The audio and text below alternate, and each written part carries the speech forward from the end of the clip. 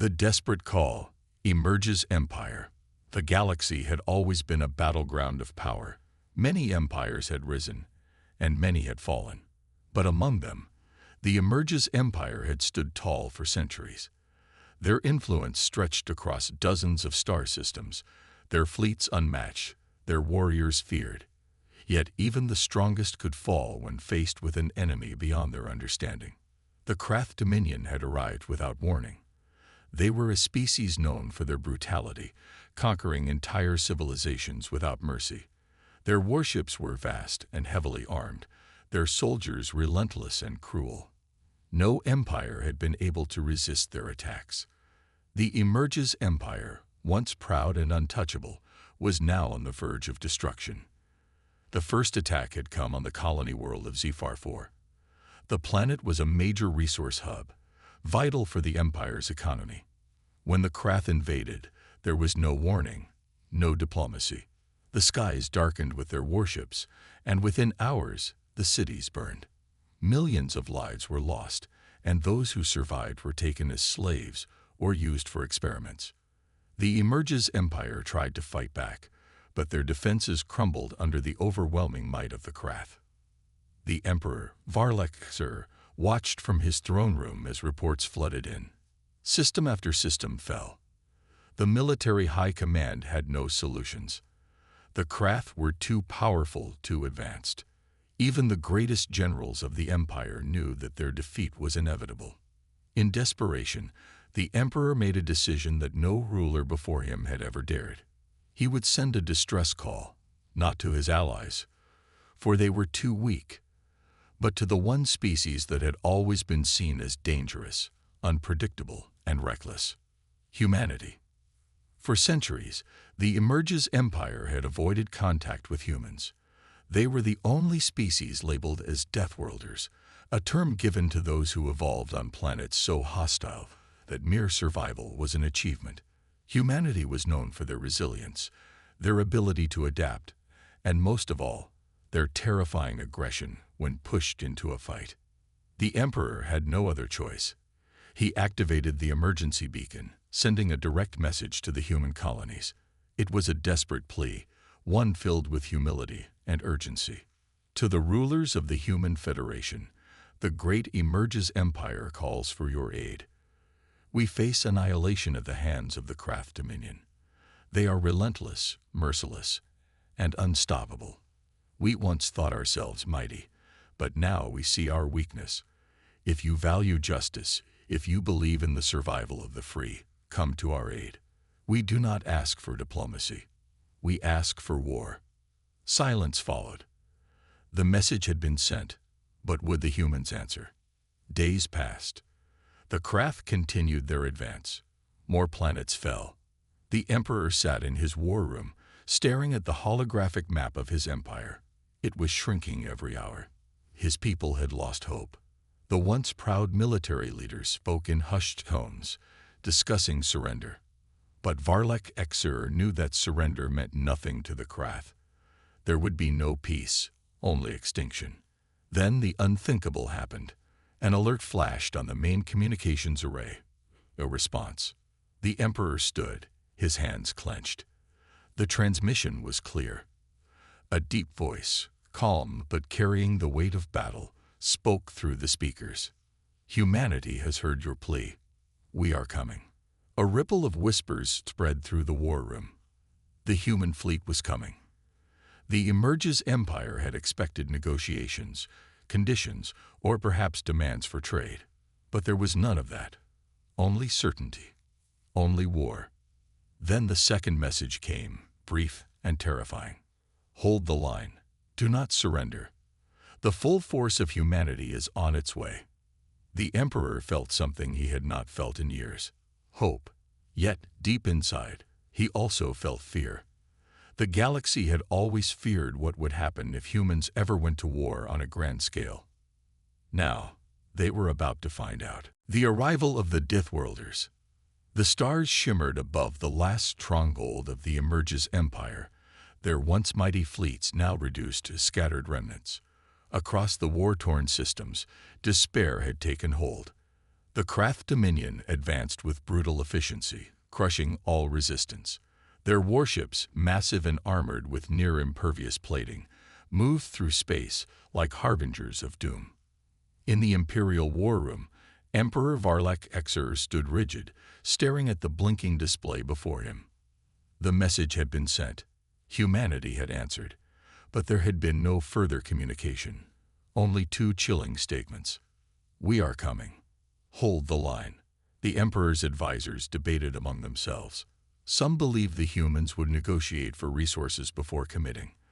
Others argued that no fleet could possibly stand against the Krath. A few dared to hope that the Deathworlders might bring an equal fight. Then the alarms blared. An officer at the command console gasped, his blue-tinted skin paling. Massive FTL signatures detected on the outer rim of the Zelvany system. Varlak Sir turned sharply. "Is it Krath reinforcements?" The officer shook his head. His voice trembled. "No, Your Majesty. It's them." The room fell silent. Outside, space rippled as thousands of massive warships emerged from the void. Their hulls gleamed under the distant sun, bearing the insignia of the Human Federation.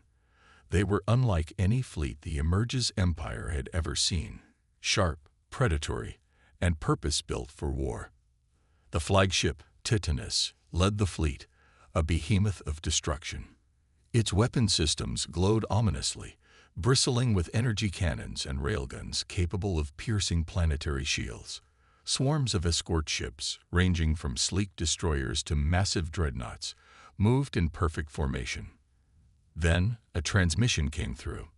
The voice was deep, steady, and carried the weight of 1,000 battles. "This is Admiral Hayes of the Terran Expeditionary Fleet. We have received your distress call. You ask for aid. We bring war." The transmission cut out. There were no questions, no demands, no diplomatic pleasantries, only a declaration of intent. Aboard the Krath command ship, Overlord Zorak watched as his forces detected the new arrivals. He sneered, his mandibles clicking in amusement. "More prey," he growled. "Let them come. We will crush them like the rest." His second-in-command hesitated. "My lord, the human fleet's numbers are extreme." Zorak slammed his fist against the control panel. "Then we will make an example of them." But as the Krath began to adjust their formations, something strange happened. The human fleet did not wait. Instead, they attacked first. Hundreds of tactical stealth drones burst forward at impossible speeds, disrupting Krath radar and targeting systems. Before the Krath could react, long-range kinetic rounds, each moving at near-light speed, pierced their capital ships, tearing through armor that no other species had ever managed to crack. Then, like predators scenting blood, human warships surged forward, unleashing devastation. Explosions bloomed across the Krath fleet. Their formations faltered as human strike squadrons weaved through enemy ranks, targeting command centers and weapon systems with brutal precision. For the first time in centuries, the Krath Dominion was on the defensive. And the galaxy would never be the same. Humanity's war doctrine. The battlefield was chaos. The Krath Dominion, once feared across the galaxy, had never known defeat. Their war doctrine was simple: overwhelm, destroy, and conquer. They had fought countless empires, leaving ruin in their wake. But against humanity, they faced something entirely different. Admiral Hayes stood on the bridge of the Titanus, his face unreadable as he watched the battle unfold. The holographic display before him showed the Krath fleet struggling to form defensive lines, their formations fractured under relentless human firepower. Their weakness was exposed. "Admiral, the Krath are attempting to regroup," a tactical officer reported. Hayes barely glanced at the screen. "They won't get the chance." With a simple hand gesture, he issued the next phase of the attack. Humanity did not fight like other species. Where other empires relied on brute strength or overwhelming numbers, humans had perfected the art of psychological warfare and tactical superiority. They didn't fight fair. They fought to win. Phase 1. Disruption. Before the craft even realized what was happening, the humans had deployed hundreds of stealth recon drones, jamming enemy communications and blinding their targeting systems. Craft battleships fired wildly into the dark, hitting nothing but empty space. Humanity never gave their enemies the luxury of a fair fight. Phase 2. Divide and conquer. The human fleet didn't engage in one massive battle formation like the craft expected. Instead, they broke into strike teams, each assigned a specific enemy vessel to eliminate. Flanking squadrons tore through the craft's outer defenses, crippling their escape routes. Orbital artillery ships bombarded key enemy command vessels from a safe distance. EMP pulses disabled enemy shields, leaving them vulnerable to high-velocity railgun strikes. The craft, a species built on dominance, now found themselves isolated and panicked. Phase 3. Shock and awe. Once the craft formations collapsed, humanity delivered the final blow. Strike bombers dropped antimatter warheads, ripping apart entire warships in seconds. Human shock troops, clad in advanced combat exosuits, landed on craft war carriers, hacking into their systems and seizing control. AI-controlled drone swarms flooded the battlefield, turning enemy weapons against them. The craft were not used to losing. They had never been outmatched. Now, they were being hunted. The craft's last hope. Aboard the craft command ship, Overlord Zorak watched in horror. The humans were not fighting for survival. They were fighting for annihilation. "They fight like monsters," one of his generals whispered. Zorak's mandibles clenched. He refused to believe it. This was not possible. Desperate, he turned to his war council. Call for reinforcements. Summon the second and third fleets. His officers hesitated. One of them, his voice shaking, muttered, "My lord, the humans have already blocked all our long-range communications." Silence fell over the command deck. Zorak felt something unfamiliar creeping into his mind. Fear. For the first time in the craft Dominion's history, they were losing. And the worst part, the humans weren't even breaking a sweat. The final order. Back on the Titanus, Admiral Hayes gave his final order for the battle. His voice was calm, measured. No survivors.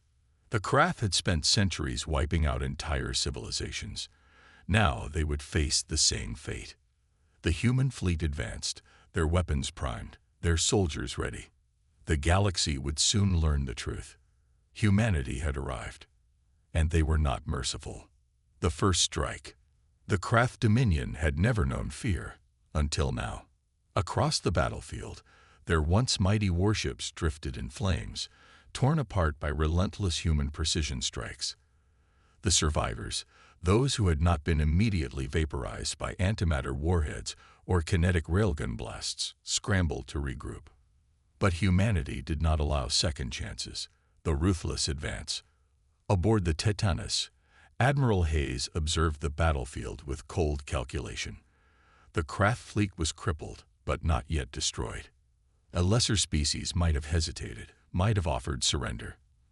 But humanity had learned through centuries of war that mercy given to a predator meant that predator would return stronger. And so, there would be no mercy. Hayes turned to his weapons officer. "Bring in the Dreadnought Division. Deploy the Reapers." A series of confirmations followed. Then, from the shadow of the Titanus, a second wave emerged. The Reaper-class battleships were humanity's answer to galactic warfare. Massive, mobile fortresses, each capable of leveling an entire planet. Their gravity cannons pulsed, unleashing shockwaves that tore through craft hulls like paper. Craft warships tried to flee, engines burning as they attempted to break through human blockades. It was useless. Orbital suppressors locked onto their escape vectors, firing precision plasma bursts that disable thrusters. Interceptor squadrons cut through weakened battleships, surgically dismantling their defenses.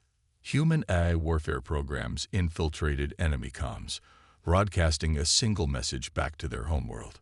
The craft Dominion is dying. The ground assault begins. For the first time in history, Craft forces abandoned their ships and retreated to the planet below. The once proud warriors, who had enslaved entire civilizations, fled like frightened prey. They scrambled into their underground bunkers, their last defensive lines forming around the planetary capital. On the bridge of the Titanus, Hayes observed the retreating forces. A grim smile tugged at the corner of his lips. "They think they'll be safe down there," he muttered. "They're wrong." With a single command, the ground assault began. Drop pods launched from orbit, streaking across the sky like burning comets. Exosuit-clad human warriors landed in the craft strongholds, tearing through defenses with brutal efficiency. Mechs and AI-controlled battle drones followed, pushing deeper into enemy lines. The craft, who had once been the terror of the stars, fought desperately. They lost. The craft's last hope. Overlord Zorak's counterattack. Deep within the fortified bunkers of the craft capital city, Overlord Zorak watched the battlefield unfold. His empire, his legacy, was collapsing. But he refused to surrender. His warriors still had one last plan. Turning to his war council, he barked orders. "Activate the planetary defense grid. If we must die, we will take the humans with us." Hidden beneath the planet's crust were experimental plasma cannons, capable of firing at orbital targets. If they could destroy the human command ships, they might turn the tide. A craft officer hurried to the control panel, entering the launch codes. The countdown began. 10, 9, 8. Then suddenly, a deep explosion rocked the bunker. The officer's eyes widened in shock. My lord, the defense grid had been destroyed. Humanity's greatest weapon, intelligence. The craft had believed their last line of defense would save them, but humanity had already anticipated it. Long before the ground assault began, special ops teams had infiltrated the craft capital, sabotaging the planetary defense grid before it could be activated. Now, the craft's last hope was gone. And the humans, they were just getting started. The final push. Above the battlefield, Admiral Hayes gave the final order. End this. The full force of humanity crashed down onto the planet, sweeping through craft fortresses, command centers, and resistance pockets with ruthless precision. Craft generals were captured or executed. Prison camps were liberated, the enslaved races rising up against their former masters. The craft's once mighty capital fell, its banners torn down as human forces claimed victory.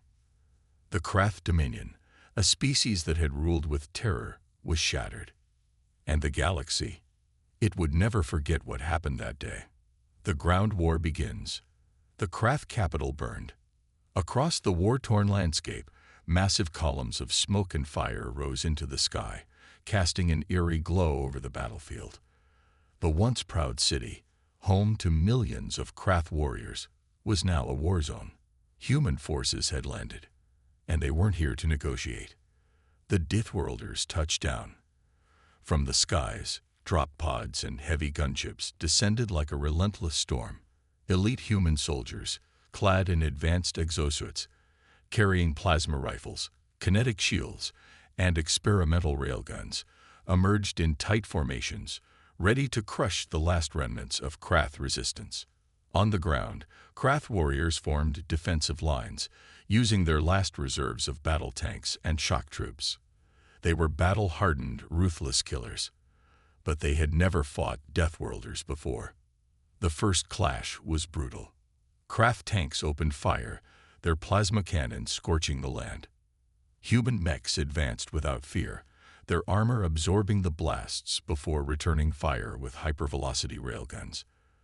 The craft vehicles exploded in seconds. Craft shock troopers rushed forward, energy blades drawn, hoping to cut through human defenses. They were cut down mid-charge, human soldiers picking them off with brutal precision. A craft commander, watching from the fortress walls, felt his stomach turn. This was not a battle. This was a slaughter. A different kind of soldier. The craft had fought many enemies before, but they had never faced humans. Human soldiers didn't break formation. Human soldiers didn't hesitate. Human soldiers didn't stop.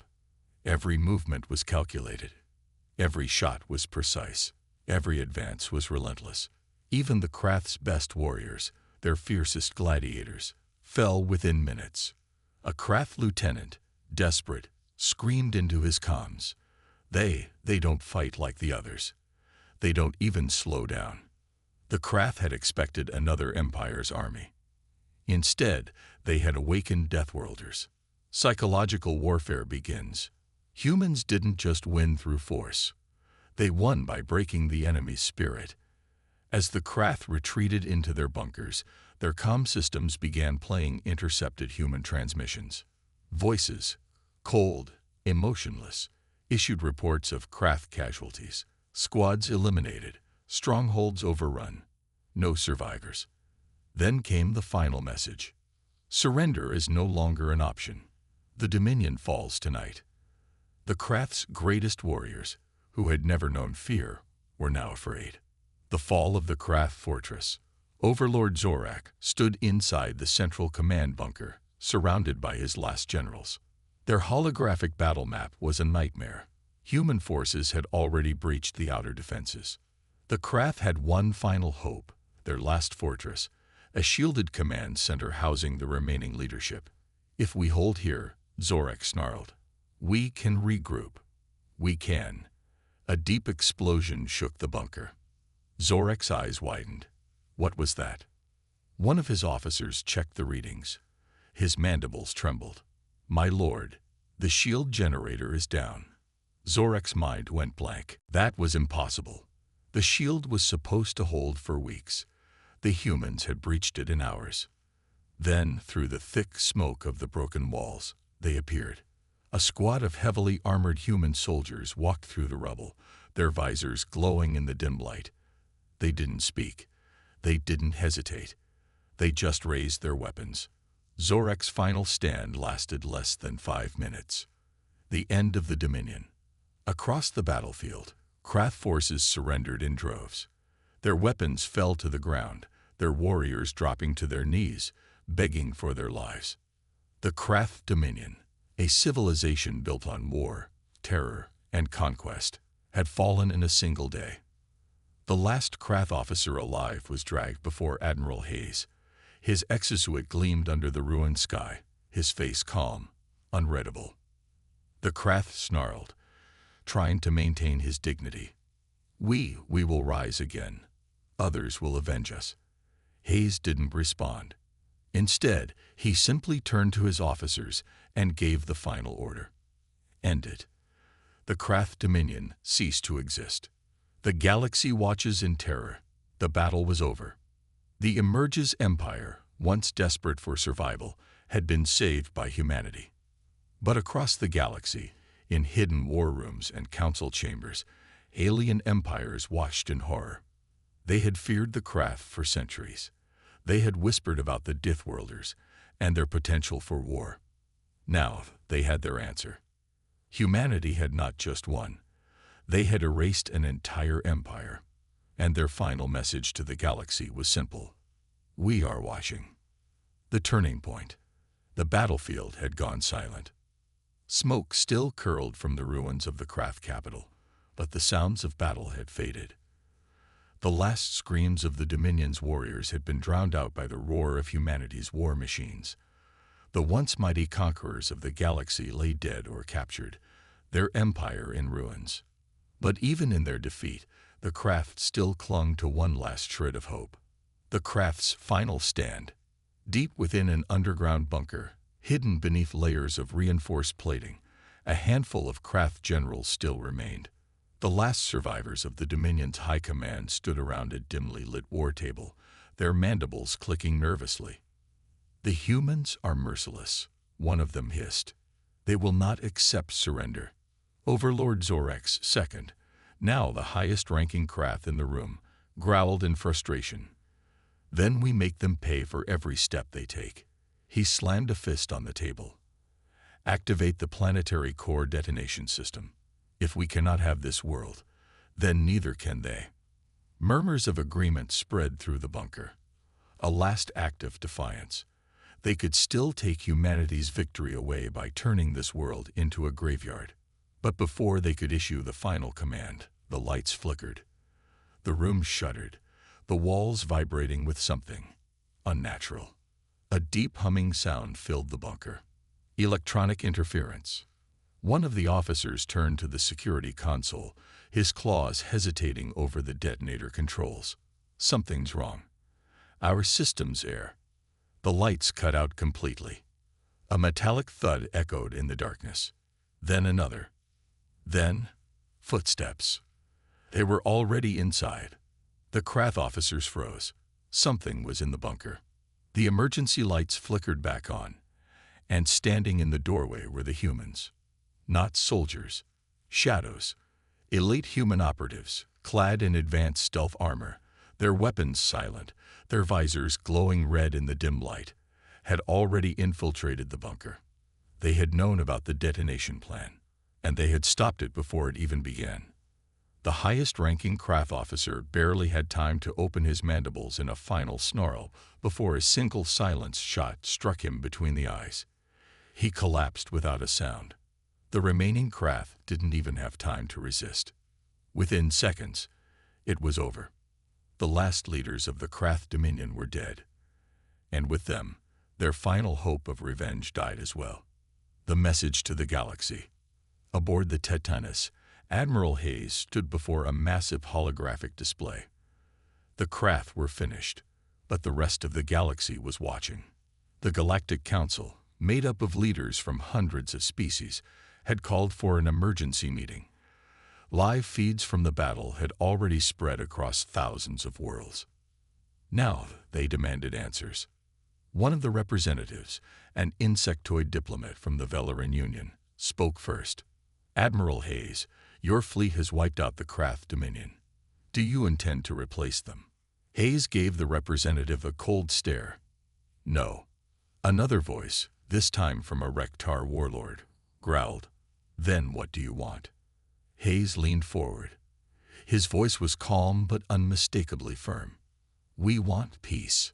A murmur rippled through the council chamber. Peace. After such a ruthless display of military might, the Velaran representative hesitated. And if another empire follows in the Krath's footsteps, what if someone else tries to claim the galaxy by force? Hayes exhaled slowly, then answered with humanity's final warning. Then we will do to them what we did to the Krath. The council chamber fell deathly silent. The message was clear. Humanity had no interest in ruling the galaxy, but they would never allow tyranny to rise again. The fear spreads. As the meeting ended, whispers spread among the council members. Some species cheered. The Krath were gone. Their reign of terror was over. Others trembled. If humanity could destroy an empire in a single day, what else were they capable of? Many swore to never cross them. Across the galaxy, rulers, warlords, and kings rewrote their war doctrines overnight. No one would ever dare to attack humanity again, because they all understood one thing now. If the Deathworlders went to war, there would be no survivors. The war was over, but humanity had changed the galaxy forever. With the Krath Dominion erased from existence, the Immerse Empire stood among the ruins of what was once their greatest enemy. They had been saved, but they now understood that humanity was not just another ally. They were something far more dangerous. Humanity was now the enforcer of the stars, and the galaxy would never be the same again. The final stand. The galaxy held its breath. The Krath Dominion, once a symbol of terror and conquest, had been erased in a single day. The human fleet had delivered vengeance with surgical precision, but even as the dust settled, there remained one last battle to fight. The Krath's last bastion. Despite their crushing defeat, not all Krath forces had fallen. A single war fortress remained, a heavily armored space station located in deep space, far beyond the front lines. It was called Gorvax Prime, the Dominion's secret fallback position, where the last remaining warlords had gathered. Here, a final desperate stand was being prepared. The remnants of the Krath Navy, battle-damaged warships, half-repaired cruisers, and hastily assembled fighter squadrons had rallied for one final defense. Inside Korvax Prime, Warlord Vorkath, now the highest-ranking craft commander, addressed the last of his kind. "This is not the end. The humans think they have won, but we still live. We will rebuild. We will take revenge. We will." A sudden alarm blared. A panicked officer turned from the console. "My lord, they found us." Vorkath's mandibles twitched in shock. Impossible. This station was never meant to be detected. But humanity had already anticipated their escape route. They had been tracking them the entire time. Humanity's final blow. In the darkness of space, the Titanus and the full might of the human war fleet emerged from hyperspace. The last Krath warships scrambled into formation, their crews desperate to hold the line. On the bridge of the Titanus, Admiral Hayes gave his final order. "End this war." Railguns charged. Eye-controlled drones surged forward, overwhelming enemy fighters. Tactical nukes detonated within the Krath fleet, turning their formations into firestorms.